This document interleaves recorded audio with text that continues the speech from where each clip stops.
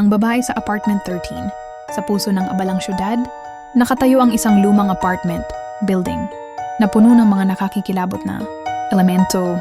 Sa huling palapag nito, naroon ang apartment 13. Isang lugar na matagal ng pinamumugaran ng kababalaghan.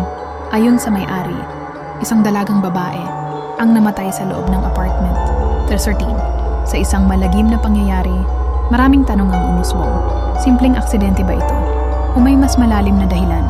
Marami ang naniniwala na ang kanyang kaluluwa ay hindi matahimik. At simula noon, ang nakakakilabot na presensya niya ay laging nasa gusaling ito. Sa bawat gabi, ang mga residente ay nakaririnig ng mahihinang yabag at pulong sa madilim na pasilyo. Minsan, may nakitang maputing anyo na tila isang babae na dahan-dahang lumilitaw sa labas ng nakasarang pinto ng apartment 13. Sa bawat kaluskos at galaw ay nagdudulot ng matinding kaba at takot.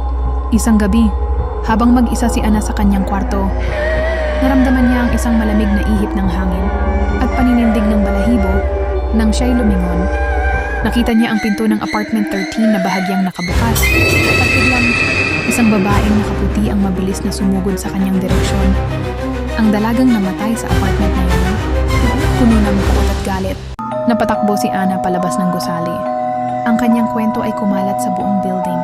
Gabi-gabi, hindi mapakali ang mga residente. Tila ba may mga matang nagmamasid sa bawat sulok. Ngayon, kung sakaling makarating ka sa gusaling ito, mag-ingat ka. Huwag mong subukang buksan ang pinto ng apartment 13. Sapagkat may mga pinto sa ating paligid na mas mabuti pang hindi binubuksan. For more horror stories, subscribe to Pinoy Horror Bites.